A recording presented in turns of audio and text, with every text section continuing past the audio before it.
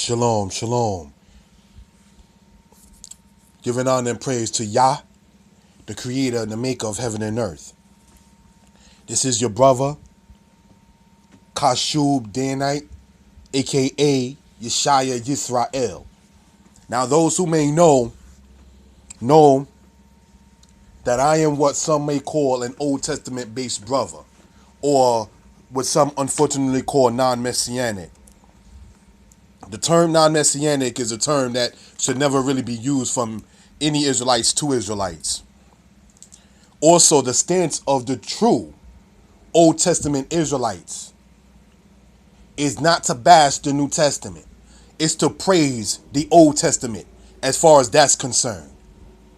Being able to validate why you say what you say.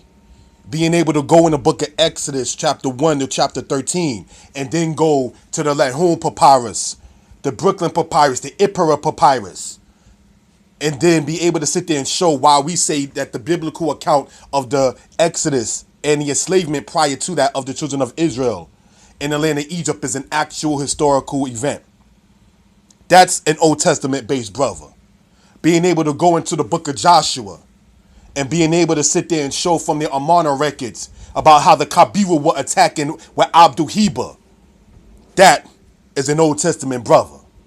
Being able to go into the book of Isaiah, the 19th chapter, and show when it says that 5 cities in Egypt will speak the language of Canaan and be able to explain Takpankes and Patros and Migdal and those other cities that you read of in the book of Jeremiah, and then go into the book, other references about the Passover papyrus to show what Isaiah 19 is talking about. That's an Old Testament based brother.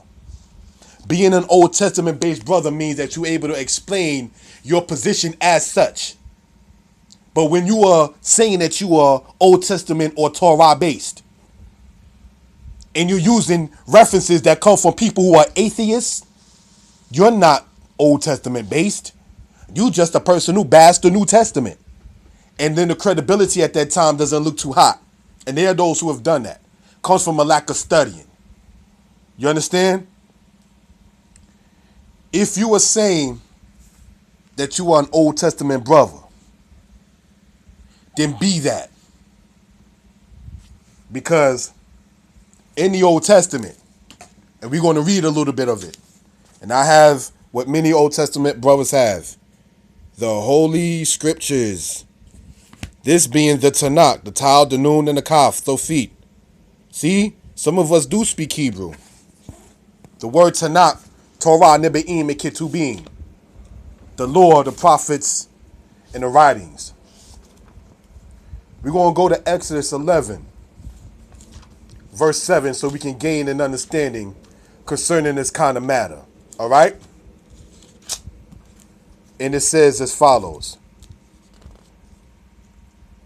But against any of the children of Israel shall not a dog wet his tongue against man or beast, that you may know that the Most High doth put a difference between the Egyptians and Israel. So that's very important to let it be noted and understood. The Most High put a difference between the nations and Israel. You understand? That's very important for it to be noted and understood. And that's in the Old Testament, as it's called. You know? You go to Numbers chapter 23. Let's go to verse 9. This is speaking about Balak and Bilam and the situation that happened when they wanted to curse the house of Israel. Check out what Balaam said about Israel. From the top of the rocks I see him, and from the hills I behold him. Lo, it is a people that shall dwell alone, and shall not be reckoned among the nations. So how you going to say you're an Old Testament brother, and we quoting out the first 5 books, which is the Torah, but you want to associate Israelites with this movement and that movement and the other movement? No. Israel is supposed to be a people alone. Not to be associated, oh, we're Pan-Africanists. Oh, and we're this and we're that. That's not what the Old Testament says, brothers and sisters. So if you're saying that you're an Old Testament, quote unquote, non-Messianic Hebrew Israelite, know what this book says right here. You understand? And know and understand what it's talking about. And then on top of that, this book right here. This is the Stone Edition Tanakh. There is no New Testament in either book that I showed. This has the Hebrew on one side, and then this here has the English on the other side. And for those who are very equipped in the Hebrew, you know good and well that every translation is not accurate. Now, the truth too is that a lot of Israelites came into the understanding of being Israel via the Bible or via what you might consider messianic camps, be it ISUPK, be it IUIC, be it even GMS, be it IOG, be it the Israelites who are with the guy who called himself Yahweh ben Yahweh, or who I will more so call Hewlin Mitchell. Israelites is large, man. It ain't about just you and your camp.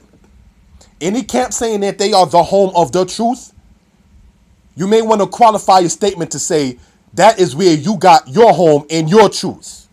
And can't nobody knock you for that. Can't nobody disrespect you for that. Because that's the path that the Most High apparently led you in to be able to understand and have an understanding of who He is and who we are. The Most High in Ezekiel chapter 20, also in the Old Testament, it tells you emphatically in there that Yah will bring Israel through the wilderness and will purge Israel of their idols. So, therefore, anything that is not of the Most High will be purged away. So you have Israelites debating whether or not the 6-point star, which some say is the shield of David, the Magen Dawid, some call it the hexagram, is that truly a symbol of Israel? We will find out. Who the Mashiach is and who will be the ones who come, we will find out. That is an argument that is quite silly, because whoever will be coming and sent by the Most High must always, in that particular case, be respected. The mission of that person is to gather the Israelites together and let them become one.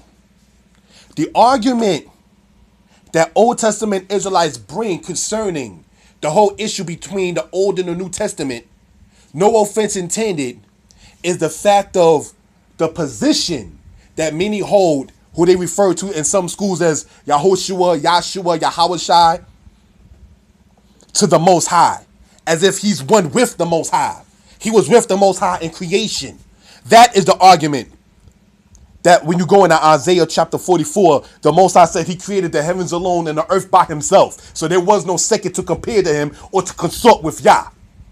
That's the argument that Old Testament Israelites bring. Not, I've been in this way longer than you. That's not an Old Testament argument.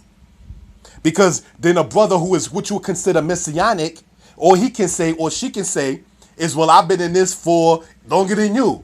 And so now the Most High, not trying to sound like a prophet, you know what I'm saying, could be looking like, yo, y'all all in captivity. What are y'all doing? And this is what the Old Testament says Israel is supposed to do. Let's go to Leviticus 26, verse 40, if you will. We are in Leviticus chapter 26, verse 40. And we read, "And they shall confess their iniquity and the iniquity of their fathers, in their treachery which they committed against me, and also that they have walked contrary unto me. I also will walk contrary unto them, and will bring them into the land of their enemies. If then perchance their uncircumcised heart be humbled, and they then be paid the punishment of their iniquity, then will I remember my covenant with Jacob and my covenant with Isaac. Also my covenant with Abraham will I remember, and I will remember the land." So we have a land in the land of the east, brothers and sisters. So to be bickering, going back and forth in the land of our captivity, my school's the home of the truth on one end, and on the other end, I've been in this way of life longer than you. That sounds silly. Because the King James Version of the Bible and the Masoretic text both have what I just read. It says, I will walk contrary also unto them and will bring them to the land of their enemies. If then perchance their uncircumcised heart be humbled. That means that you have a lot of brothers and sisters whose heart ain't humbled. That's what the Most High God is looking at. Where is the anwa? Where is the humility? That is what the Most High, the Creator, is looking for. Now, I'm not going to sit there and profess that I perfected it and that I'm the example to look up to in all aspects. No, I'm not saying that. We are to look to the Most High, not to man. You understand? Cursed is the man who trusts in man and makes flesh his strength, and whose heart departs from the Most High. If you got a controversy with a brother, you deal with that as brethren. No Israelite needs to sit there and talk to people who do not care about the house of Israel. Old 39 books, 27 new books, and try to go back and forth about that particular point. Because that dude, homie, got idols all up in his house. That dude's serving the Neferu, man. He's serving the gods of Egypt. The same one that the Most High said in Exodus that he said he will declare judgments against the gods of Egypt. All of those plagues that you read of in Exodus, each of them was an attack on a god or gods of Egypt. The death of the firstborn, that was an attack upon who they call Heru. The Nile turning to blood, that was an attack on the Egyptian god Hapi. The frogs was an attack on the Egyptian god Heket. The sun being blacked out, that was an attack upon the god Amun-Re. The Most High made war against the gods of Egypt. So if Israel, which is not new for Israel to have controversy with Israel, that ain't new. Among non-Messianics, you have them in there between each other, and among Messianics, you have it between there. But you don't go to a person who don't serve the Most High King of Israel, the God of Moses, the God of David, the God of Abraham, Isaac, and Jacob, the God of Elijah, the one that the prophet Elisha cried out to. Aye Elohei Eliyahu. Where is the God of Elijah? And it said that the rivers parted again. That dude don't believe in the God that you are professing from the Tanakh. He got the Neferu, man.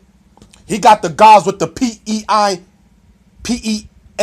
on his walls, man. He may not have it on his wall, but he serves the gods of the people that have the penises on their wall, man. Exodus says that when you go to minister, you're not to go up by steps, so therefore your nakedness won't be seen.